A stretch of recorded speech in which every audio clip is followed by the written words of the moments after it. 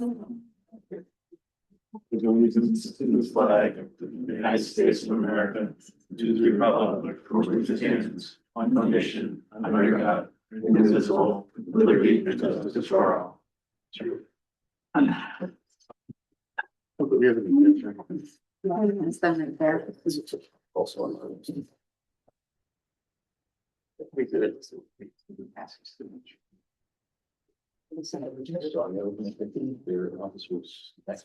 the board members, we need to approve the agenda, so the motion to approve. So moved. Second. Any comments or all in favor? Aye. Any opposed? Next time, is there any public comment? We can have in-person public comment before the meeting. Anybody online? We have 7 attendees online, so if you're online and if you would like to offer any public comment, please raise your hand.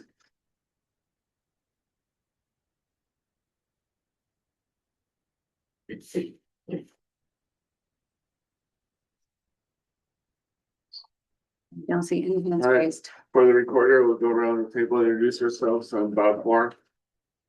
Lucy Petrella, Board of Ed. Jamie Robeck, Board of Ed. Christine Cowan, Board of Ed. Mark Simmons, Board of Ed. Brendan Ray Durham, Board of Selectmen. Tom Hennick, Board of Selectmen, Durham. Bob Martino, Board of Selectmen, Middlefield. Susan McNamara, Board of Selectmen, Middlefield. Nick Constantino, Board of Ed. Kim Newman, Director of Finance. Sydney Leggett, Superintendent. You're in the back and you speak, you have to remember to give us your name, okay? With Linda Darcy, Board of Ed. Scott Leggett. Doug O'Rourke is working this evening. He's getting off shift. He'll be arriving, but we'll be a little late. Board of Selectmen for Middlefield. All right, so the first thing on the agenda is our budget schedule. Kim or Sydney, you want to go over it?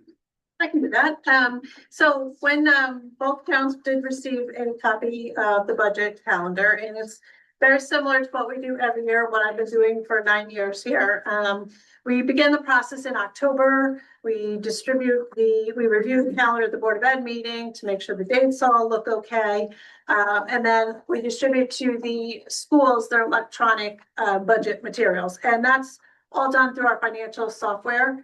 And then they sort of look at what they had this year, and we're zero-based budget, so we don't just copy and paste and bring over to the next year. They substantiate everything that they're asking for. We advance our salaries by position, so depending on contracts, and that's all done electronically. They then populate their software with their requests, and also any new proposals. So anything that might be outside of the normal, maybe it's a new class or a new whatever piece of equipment somebody needs, that's all done through a proposal. So that's not just rolled into the budget. And then that happens in October. And then towards the end of October, I calculate the town allocations. And that's done on the 5-year rolling average, which we got approved last year. And then distribute those to the towns with this budget calendar. We had a finance committee meeting in November to discuss sort of what the towns would be facing in upcoming budgets and larger expenditures. And then December 5th, we had all the budgets due back to central office, which we got them. And just today, December 10th, we had an administrative team meeting about personnel. And then we've added one for the 17th that we're going to talk about the budget proposals. So we go through each proposal as a team and talk about and kind of weigh it. Is it something we should include? Is it a nice to have? Is it something for future years? And we go through that as a team before anything new gets put into the budget. We have certain things that just happen every year, such as our health insurance renewal, our contractual obligations, our electricity, our fuel. Those things are just, are known and not much we can do. We do participate in a consortium for fuel, and we do have a third-party supplier for electricity. So we're very active in trying to get the reduced rates wherever we can. So we have that today. We'll have another one on the 17th to talk about budget proposals. And then on the 24th, there will be a Board of Education retreat, and where we'll talk about budget and strategic planning. On the 30th, again, we'll go through with the administrative team and the superintendent to finalize the budget for the February 25th presentation. Usually the February 25th or the February presentation is really just a presentation, and then it gives board members time to formulate questions, and then we follow up in future budget work sessions or meetings with those questions. So that next budget work session is March 11th. During that time, we also have another finance committee meeting on March 18th. And then we finalize, we have a final budget work session on the 18th of March, and we prep for the public hearing. Public hearing is April 1st, and that's where it's open to, obviously, like I said, the public, so that people can ask questions and the board can hear feedback on items that they may want included or excluded from the budget. And that's where the board then formulates the budget to put forth to referendum. We do have once that happens, we prepare a mailer that gets sent out to all the residents of both towns that has all the state statute required information on it. And so we mail that out usually by the end of April. And then on May 4th, we'll have a district meeting, which is this kind of copy and paste from the public hearing. The only problem with that is there's no ability to change the budget at that point. It's just an informational session and to refresh your memory for the voting the next day. And then on the 5th is the referendum. Thank you, Tim. You're welcome. Any questions? Most of you have been through this several times. But anyway, the process is complex. The hard work probably takes place before the board members see it, to try to get the budget to a level that we can deal with. So if there's any questions on the budget, we had the finance committee, we talked about the town issues. I think we understood the Middlefield fire house is being built, so we knew that. We talked about to Jim about any upcoming needs. He said a few roads and culverts were the main things coming up, but that's basically all we've got so far. So is there anything else we should think about in terms of putting the budget together? As far as infrastructure in Durham, is that what you? No, as far as what you see as the, the needs for the town. Or Middlefield. Well, you're talking about Middlefield's fire, our fire company has talked about a 2-bay expansion in the past, so. Not a full. I think you're looking for what's happening in town. Yeah, I mean, something that, it should hit So- our budget process that we should be aware of. Our town is facing some headwinds. Probably the most notable is the one we share with you, which is our benefits. Yeah. The healthcare benefits for our employees, which I think the number came in, Kim, at the first cut. 14% increase. And so looking forward to working with the school district in Durham when we have the negotiations and when we go out for bids to see what we can do. We did run into some headwinds, even though we had more favorable rates last year with some proposals. We did run into some headwinds with some of the unions, and we're likely to encounter the same effect. So that's probably one of the more significant headwinds that we're facing. Answer it. Other items, we did a successful bond offering for the firehouse for about $12.5 million. We got the highest band rating you could possibly get, which is an SP1+, which is really good. So that's our short-term lending. We'll have to go back to the bond rating agency when we issue the final bonds post-construction. 2 items they brought up that would help us, unlikely to change the rating, is if we have a long financial plan for the town. We budget year to year. So the Board of Finance, I'm gonna challenge the Board of Finance to develop a multi-year operating budget. And we can do that. And of course, the school district being over 70% of our budget. It would be great if you guys had some projections along the same lines that we could use and build into ours.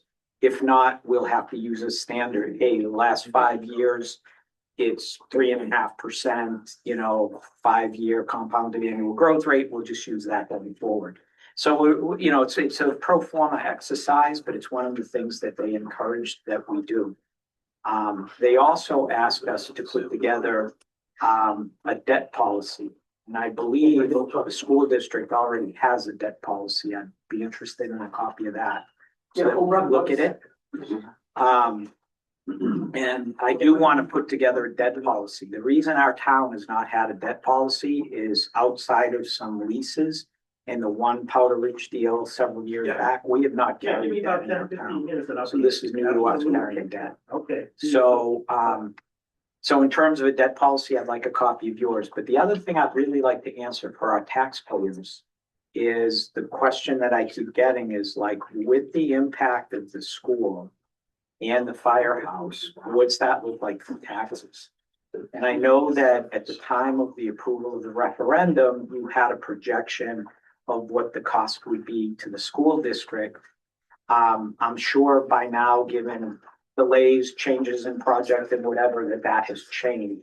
And I was wondering if you could forward, if you have an updated projection, send it to me. If not, send me the latest and greatest. Yeah, we will. Because I'll combine it with mine. What they're working. Yeah, we will need projections for our budget as well. Yeah, I kind of figured, so I just wanted to make sure that what I'm sharing with my taxpayers aligns with what you're sharing with the public on the school district and make sure, and I just want to integrate them and say, look, here's the net effect of the total debt. My belief is our first year of lending will have no impact at all on the town because we did get a premium and because it's under construction and we're earning a decent rate on our investments right now. We should earn enough interest between the premium and the interest earned to offset any interest payments. So our first year, we won't be paying anything. We probably won't make a payment, even though we've already taken possession of the funds.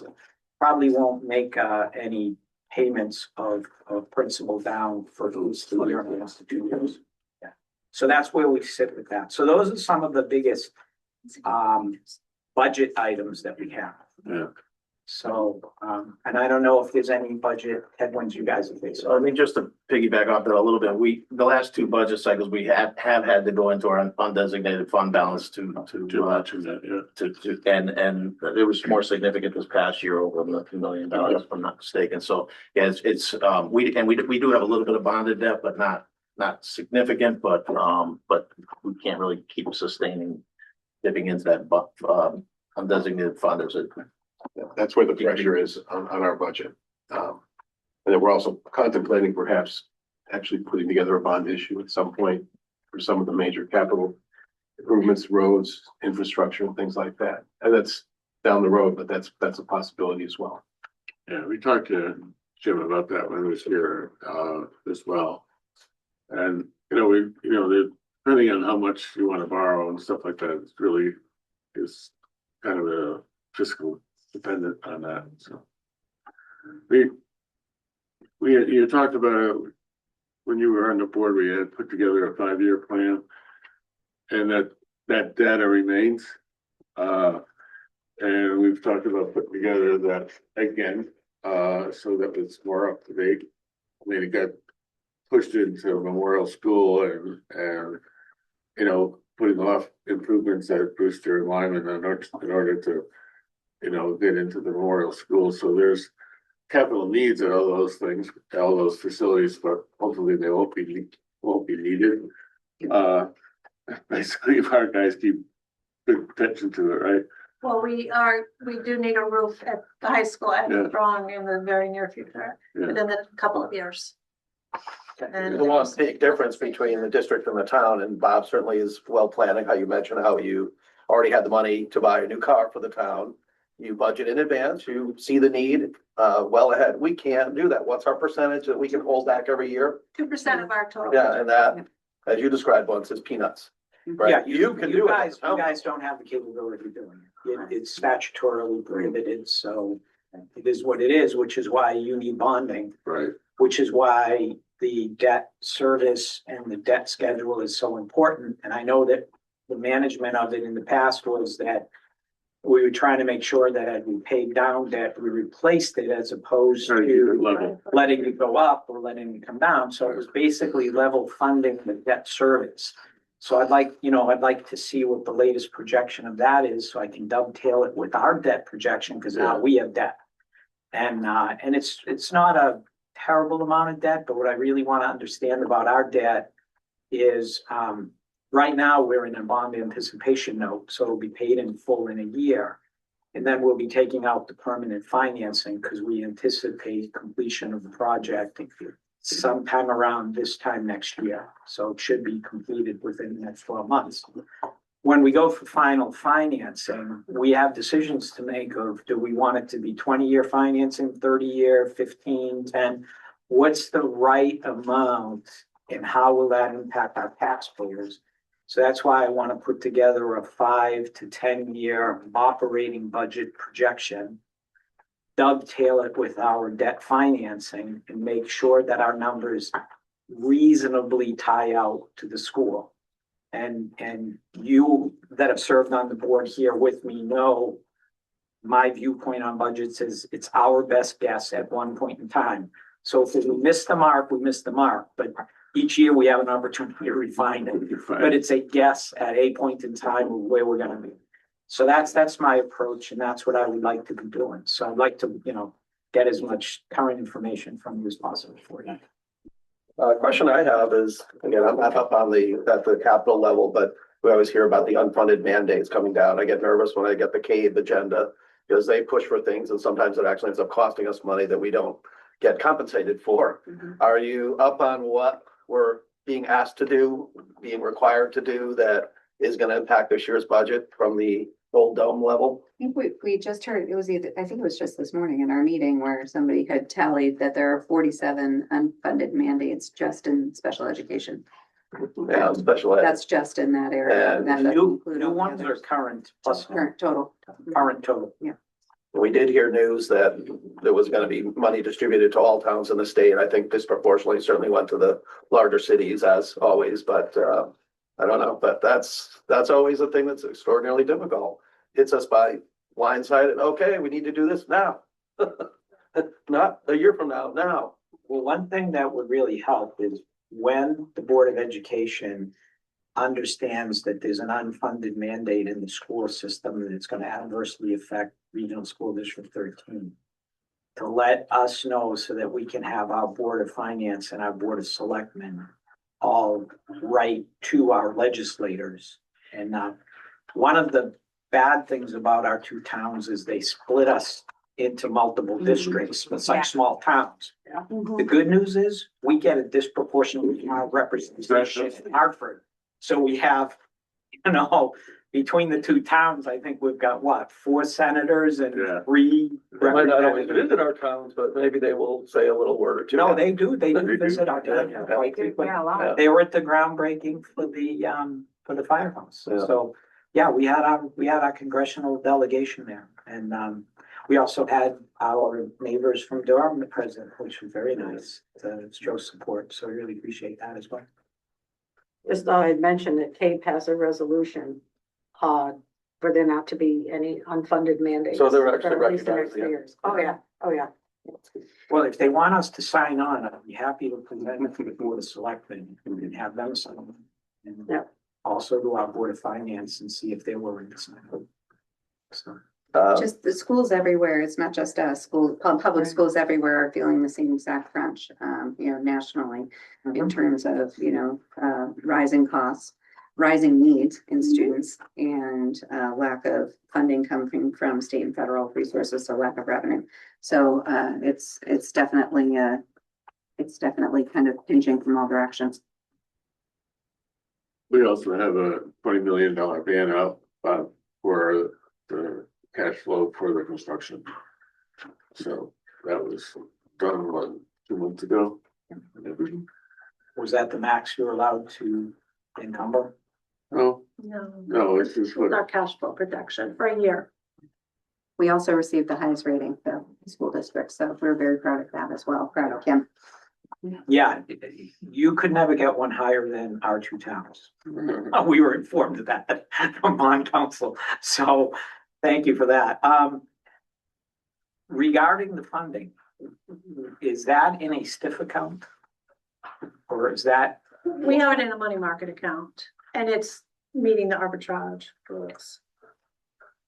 bands, if they're paid off within a year, aren't subject to arbitrage rules? We're in a money market.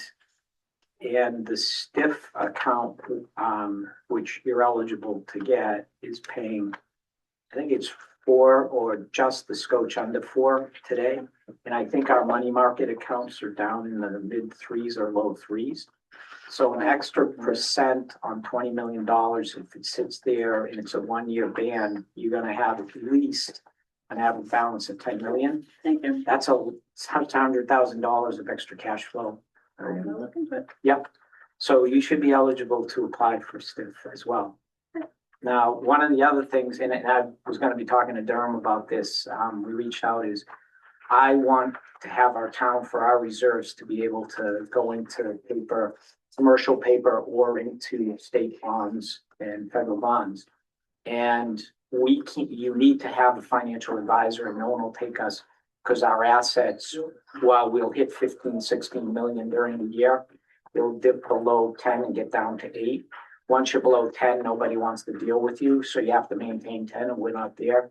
Wondering if someone can take the 2 towns in concert, if we combine our assets and say, look, you can put them in 2 separate accounts. We'll have one management plan. We'll work together on it. So reach out to you for that, but you guys also have reserves, operating reserves. But I don't think they're that high, but they gotta be at least $1 million or $2 million, right? Total reserves, not anymore. We're about 300,000 300. and that's already tapped for this year's budget. Yeah, So basically, every time we cut a check, you're spending all of it that absolutely. month, and you're only reserving 300,000. Well, and not by choice, but No, direction. Yeah, no, I understand.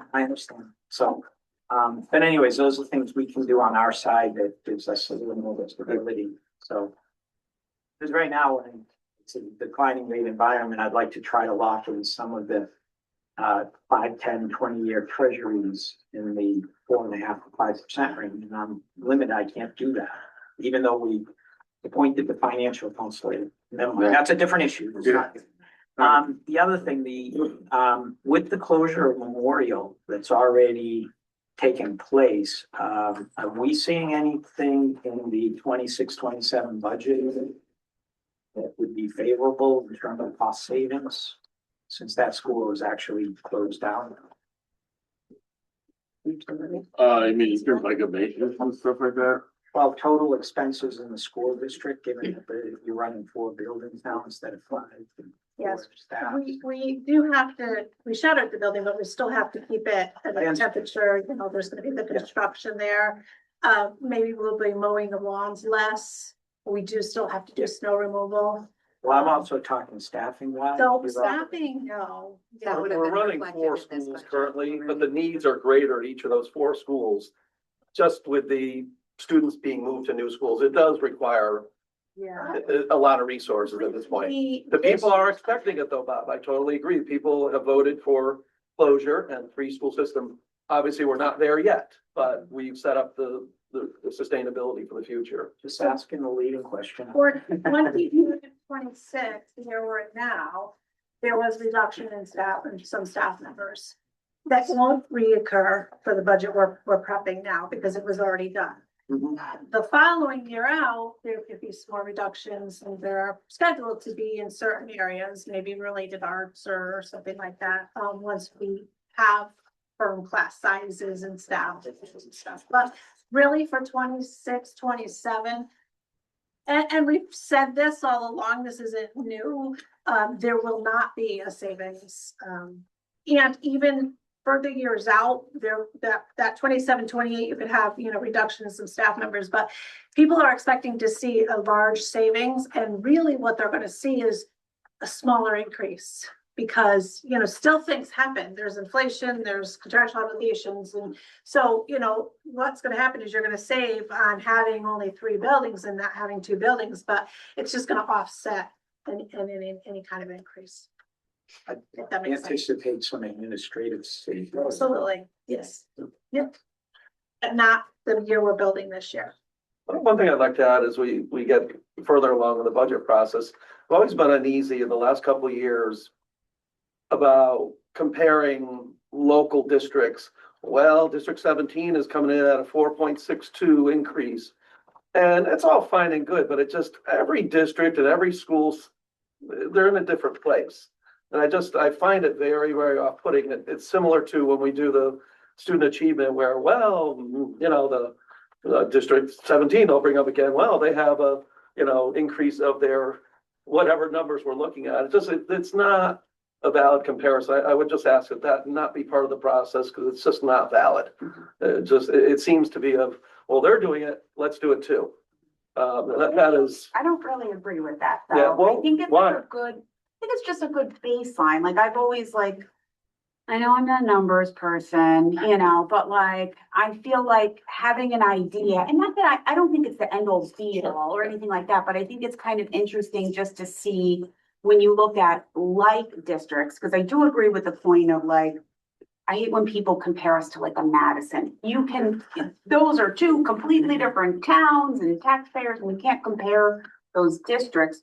But I think it is valuable, especially actually from a student achievement perspective, to say, okay, what are our like districts? And then, okay, so how many students, like you can't compare a district that has 4,000 students to 1,000. Again, different needs. You're not going to compare us to like a New Haven or something like that, but you have to find the similarities. And I think that's why we typically take the DERG. Is that kind of the state doesn't even raise it anymore. They want to do it. yeah. But I think it's just good to see like a baseline, like, because if we're coming in at like a 10% increase and everybody's coming in at 1%, it does kind of give you like just some good self-reflection to be like, Can we stay Okay. away from? Yeah, but we've seen just the opposite. what's going on? They're going for the 5%. I didn't hear. Christine, maybe maybe you stay should away too. from the double digits. Sorry about that. So we can get at Yeah, you're giving me a heart 9.99. attack here. You know? I have no idea. Sorry, it was a bad analogy. I think I raised this blood pressure. Well, just to your point, I also think it's really important to distinguish between the local and the regional districts because lots are Yeah. extremely. Yeah, so I think very just different in those two finding- scenarios. Yeah, like just something to give, like, again, it just gives you like that pause to be like, okay, like, are we on point? Are we not? You know? Moving on to our next issue is the closures. Well, before we go to that, I just want to back on the budget schedule and stuff. I really welcome and appreciate being invited to come here tonight and discuss some of the headwinds we're facing. I think it would be beneficial to the school district and to the towns if a similar outreach was made to the Middlefield and Durham boards of finance. I think to have them be able to review and weigh in on the budget items, I think would be very beneficial as well, because you get their perspectives on it. And my perspectives might be a little bit higher, 30,000 feet, they might be down in the 15 or 20 with more specific questions. We did invite all boards of finance to our November meeting. And we also have them invited for the next one, which I believe is March 18th. Okay. So we already had one meeting where we extended that invitation to the boards of finance. Was there attendance at that? Only Jim Markley is the only one that can. I don't recall hearing it, but I think that's. Yeah, because I've been on the Board of Finance in Middlefield and I was not aware of that at all. I went to the chair. Whoever the chair was. Actually, Michael Scalps is usually pretty good at communicating and I'm the clerk of the. or he's the clerk of the- So. Might be beneficial to send it to. We'll send it Remember? to you. No, You each didn't hear member, you send it to me, it's like going to the board of finance chair. It could get lost. So what's the next date where the Board of Finance is gonna be invited? Mike, hi, thank you. Oh, do I have to leave now? Michael, I didn't even see you come in. Well, speaking of Middlefield's Board of Finance, our chairman, Michael Scalps, is right there. The other issue we wanted to get started on is the closure of the two schools. Both are different. The deed restrictions or deed covenants on Memorial, on Brewster, I don't see anything on Lyman. But there's a lot of town actions that are needed to figure out what to do and how we can do this together. And Lyman, we've had proposals and still have a proposal for an acquisition. But neither one of us have responded to that other than saying thank you. But I think that's an issue that we need to kind of get together and figure out, what are the options for Lyman and what are the options for Brewster. I think our intent is on Lyman, it looks like it could be sold. We have a proposal. I don't know if it's a valid proposal in terms of finance or commitment to the town, but we do have a lot of interest. We have nothing on Brewster at this time. But we were looking into, what are the restrictions and what are the barriers and what are the advantages that we can go with on Brewster, and is there a reference? Should we have done some work on that? Bob, what I'd say to that is, there is a precedent of, should the Board of Ed decide that they no longer need it as a school, there's towns that have gone to the AG's office to get that deed restriction lifted to be able to use it for other uses within that zone. So I'd be certainly, I believe, I want to speak for the rest of my board, we'd be willing to work with the AG's office to find another use for it if you guys decided that you didn't need. If we keep ownership, we could probably lease it. If we don't keep ownership, you have the first right to say, well, Durham will take it. So there's some issues like that that have to be dealt with. So I just tried to do a one-page overview of what we learned basically from the public documents and doing some research on the disposition of the Brewster School. So from what we can see, there were several different deeds and assessments and agreements that went out. But basically, it looks like as long as the school district is operating that facility as a school for some kind of educational purpose, the district continues running it, owning it, all those things. If at some point there's an official closure where this is no longer going to be a school of any kind, we're closing it, we're closing the doors, then the first right goes to the town of Durham for the sale price of $1.50. And in the agreement, it says that the town of Durham has 6 months to decide on that. I believe Brendan and I talked a little bit. I think that there is some kind of a stipulation in one of those agreements that if that 6 month period really doesn't afford the opportunity for a community vote, if that's required at that time, I think it can be extended. But I think part of the benefit of having this conversation now is that if, we have an idea and a plan prior to the time that there may be a closure, then everybody could be prepared for that decision to come forward. The last time we closed the school, it took 4 years. Yeah, I would say the 6 months is probably unworkable world. Yeah, so I think that, these are issues I think probably a committee of the town and the committee of the board could work together and try to come up with, what's the best way on both towns to how do we move forward in thinking about this and what are we ready to do, in 2027 when we start emptying those schools. So I think that it would be good to have a small committee that just stays in touch with each other to there's gonna have to be some lawyers involved in figuring out how to deal with the deeds and all that stuff and the transitions and there's lots of things to consider. I know Middlefield talked quickly about, do they want something that generates revenue and not taxable, stuff like that. Those are side issues. I assume the towns are gonna be wanting to engage in the discussion on those things. I also want to, let it be known, I'm very adamant that whomever we sell to needs to meet our core ethical values. And if they don't, then we should not be selling to them. So anyway, so Nice. Is it nice? Bob, has your board had even preliminary discussions about, do we want to keep it, don't we want to keep it, or is this really the first discussion? first.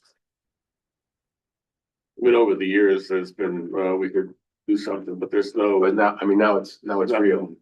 Nothing Yeah. on paper, nothing in the agenda, nothing that started on this yet.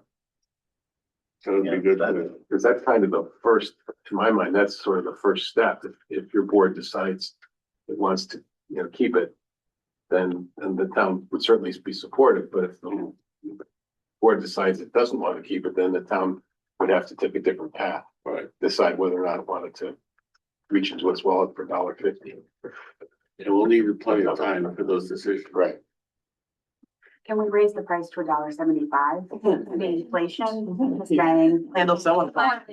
Pretty rock solid in there. Before It's we disappointing. move on, I'd just like to introduce Doug O'Rourke, his Middlefield, newly elected Board of Selectmen. He joined us, so I'd like to introduce him. Hello. We got a job to do, right? Are there any similar restrictions on John Lennon School? No, not that we know of. So we have started, based on Bob reaching out to me a couple of months ago, we've started some discussions with our Economic Development Committee and with our Board of Selectmen. And I think I may have mentioned it to P&Z. But we are intending the last week in January of having an all board and commission meeting in Middlefield. And at that meeting, we're gonna raise the issue of disposition of Lyman, what we would like to see, how we would like it disposed of, et cetera. Does the town want to take possession at any point in time or not? So there's issues like that. I mean, I understand that there's a pending offer. I don't know the details of that offer. So, that would be helpful as well.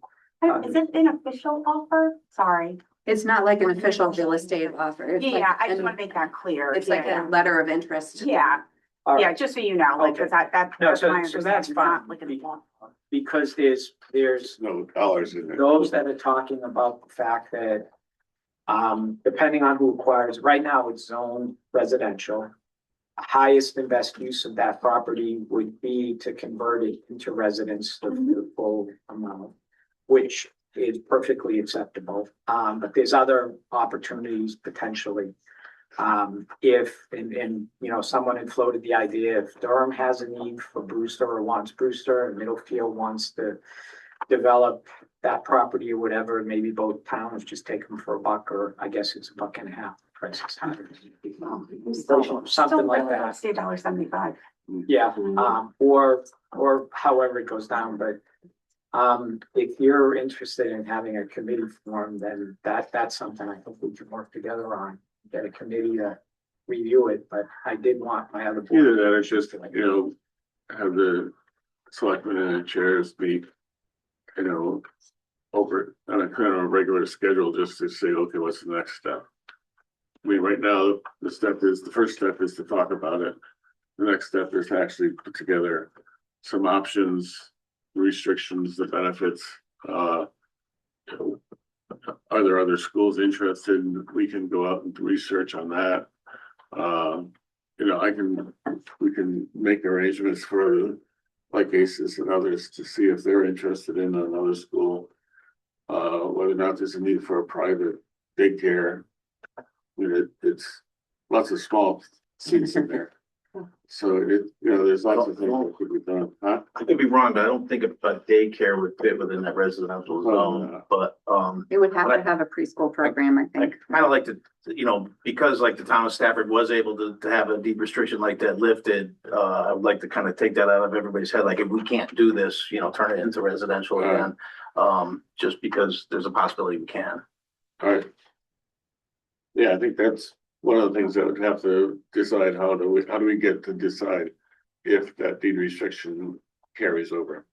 It's about 60 years old now. Yeah. I mean, I guess it starts with a conversation with the AG, I guess. I mean, it's clear for the school district that it has to be educational purposes, but it's not clear if the town does the purchase, if it still has to need anything.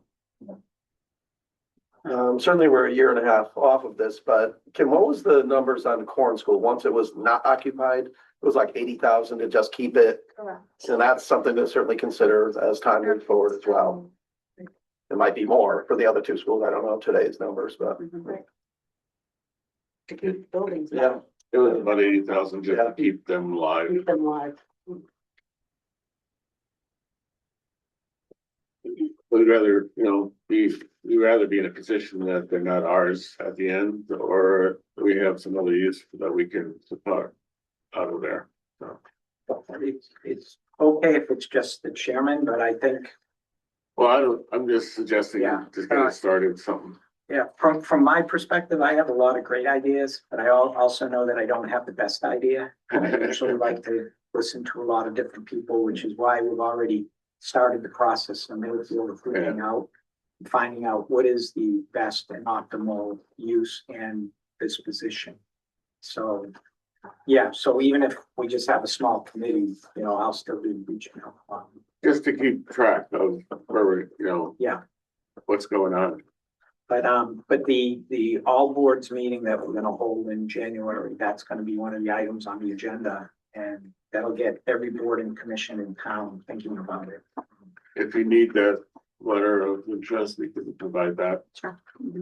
That would be helpful to know, at least the status of where we are. But again, it's something that if we're doing it in concert with, Durham taking possession of one, us taking possession of the other, or if we want, or both towns say no, that school should dispose of it as the school sees fit. And, that's a decision I think we need to work together on.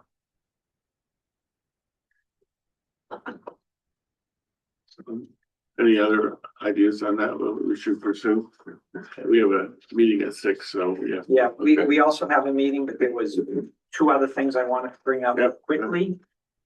One is solar. I met with the Green Bank on solar, and we were talking about, about 3 years ago, there was an effort by the town of Durham, the town of Middlefield, and the school district to look at potentially building a solar system on the DINIAP site.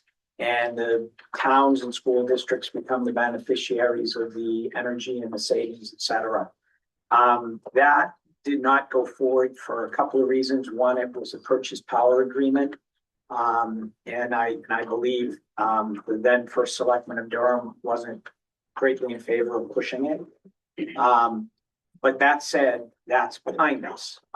At that time, we said the single best solar applications we can do, either town or the school district, is a behind the meter installation, and the biggest opportunity in the district and the towns is the high school.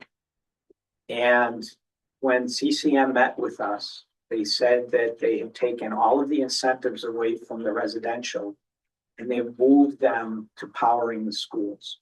So I don't know if you've been informed yet of what those look like, but the way she described the agreement, you're not only gonna get paid for the power you send back to the grid, but you're also gonna get paid for what you generate and use. So now instead of paying for electrical generation, you're actually gonna get paid to generate it, which makes the paybacks a lot faster. And I think it's something, I know I'm gonna continue to work with them on behind the meter application. I want them to come out and try to give me the idea of the scope while the firehouse is under construction. because we sized the stress loads on the roof to support solar. And so I want to be able to do that. And I might even do it in conjunction with the current construction. I asked about your existing installations because I think Memorial is at least 12 years old, maybe 15. If it's 15 and you're at the end of the purchase power agreement, how old is it? So I think we've got another 10 years on it. That was, It was a 25-year, oh, it wasn't the typical 15. All right. So never, unfortunately, because we've been talking about that lot with the construction. The new school will have the load bearing, like you said, for solar, but it will not be in this project, but that doesn't mean it can't happen. right. But So, we are so still in let's bring CCM in anyway and have them look at the high school and have them look at Memorial School. Because if the current solar won't support the whole building, you can put one on and you get the credits, and it might actually have an extremely short payback, like less than 5 years. In which case, yeah, you'd need to go out to the taxpayers. You obviously would have the financing in place or the analysis in place to support it and go forward with it. But it might be something. I know it's a lot to take on, but the Green Bank will handle everything from sizing it, scoping it, giving you the plan without a charge. How long is that offer available? Because we do need 2 new roofs. It'd be great to do it at the same. They change them every year. Oh. They change them every year. But anyways, I just wanted to bring that to your attention because I think that's important. And then the final thing that I have is that in terms of Middlefield, when I was going door to door with Doug, I think one of the things I heard a lot of comments from our taxpayers about the school district and what's happening and where we are with the construction and what's going on and so forth. One of the things I just wanted to make everyone aware of is Middlefield, we put out a quarterly town hall newsletter that goes to every resident in town. And in that newsletter, we have articles that are only from town agencies, and the school district being one of the town agencies.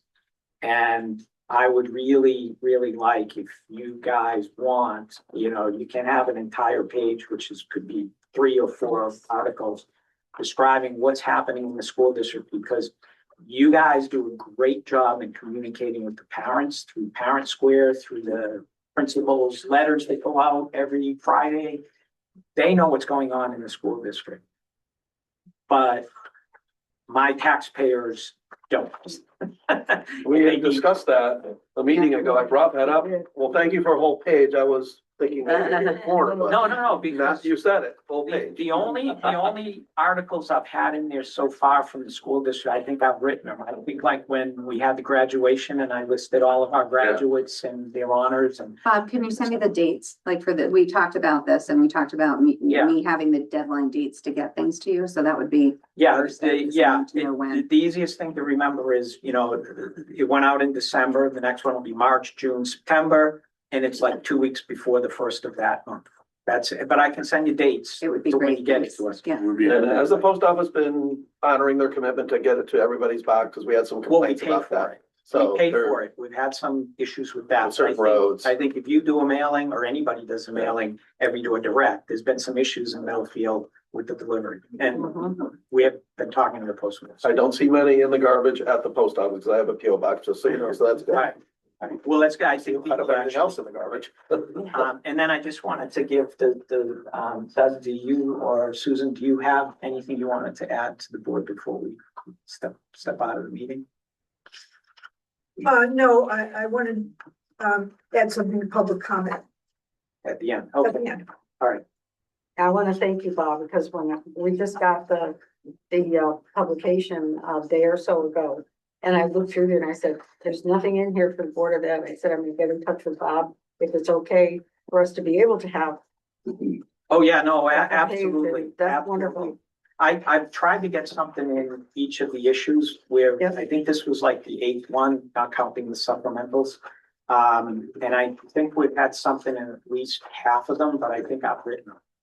I'd be happy to write them. I honestly, I like doing that. I just need to know when. Okay, that's fine. And also, just before we go into public comment, if it's okay with you, there is a really sizable, important strategic planning survey that is out there. And I'm also, if you could please take that, I did send it to both Bob and Brendan to distribute to the community. So thank you very much for that. I left hard copies in both libraries and town halls. So, you know, some people still like paper, so it's available to do by paper and you can just return it to the envelope there. And then I'm also looking for focus groups. So there's a call out to be part of small focus groups as we're finishing the strategic plan over the next couple of months. So if you could spread the word, or if you want to join one of those yourselves, I would greatly appreciate it. Move on to final public comment. Do you have anybody online, anybody here? Am I limited to specific topics or can I speak on, I had some comments. Say in the meeting, you can just speak about anything. Yeah, okay, great. You'll have to come up though, just because the mic is gonna, for people who are online, the mic needs to be able to pick you up. Thank you. Just say your name again. Hello, everyone. My name is Michael Scalps. I'm the chairman of the Middlefield Board of Finance. Wanted to congratulate all the new members of the board and looking forward to a good term ahead. I wanted to speak tonight about the budget for the upcoming school year. That process is going to be going soon, both at the school level and the municipal level. And as chairman of the Board of Finance, my top priority is to have a responsible budget. And with the trend of, and you've heard me say these things before, but I'm here to reiterate them. With the trend of declining enrollment, school budget, having an increasing school budget is not really compatible with the declining enrollment. And again, my priority is to keep that budget as responsible as we can. In some past years, but not all, I've voiced concerns publicly and made clear that I opposed the school budget due to the increases. And on the years where I was kind of a squeaky wheel, sometimes that budget was defeated at referendum the first time. And sometimes when I was not a squeaky wheel, the budget passed through. So I'm just here to ask and to sort of plant a seed that I hope that as you embark on the budgeting process, you will look for alignment between costs and enrollment, and particularly in terms of the amount of labor hours and headcount, et cetera. I'm not an expert on all of your staffing needs. I acknowledge that, but in principle, it would be a lot easier for the Board of Finance to support your budget for the upcoming year if it was aligned with the trend of declining enrollment. So I'm just asking you to look for every reasonable cost savings, especially in labor, and to present a budget that reflects the actual size of the student population, with the hopes that, well, ultimately, of course, it's decided at referendum, but ideally, the Board of Finance would be in support of such a budget. So I would encourage you to consider that as you create the budget going forward. And that's it. Any other public comment? There's online, but we'll finish in person first. Okay, so I'm Susan McNamara and I'm reading this on behalf of Bob Elder and Alma Elder, who unfortunately came to the meeting but had to leave precipitously.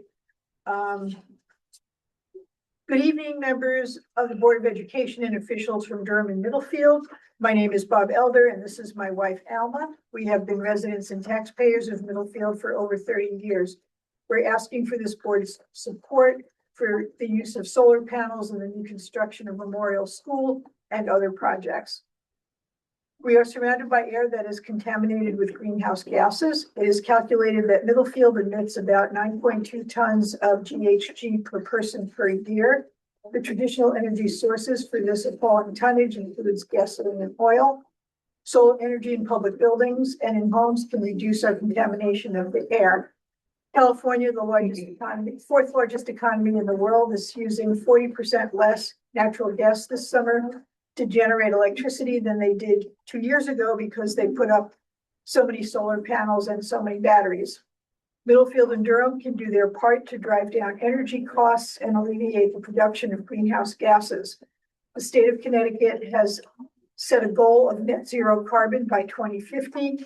The state has also established agencies to promote clean energy, and one of those is solar energy. Currently, the Connecticut Green Bank offers special financial incentives to use in school buildings. Memorial School at present has some solar panels, but the architects have not yet developed new solar panels for the entire system. We would like to recommend that Durham and Middlefield planners meet with Connecticut Green Bank officials. They have financial engineering and development personnel who can speak to incentive programs to improve and develop solar panels into the plans for Memorial School and other projects. Let's improve the environment while we construct new facilities. Thank you for your time. Do you have any online? Yes, we have one online.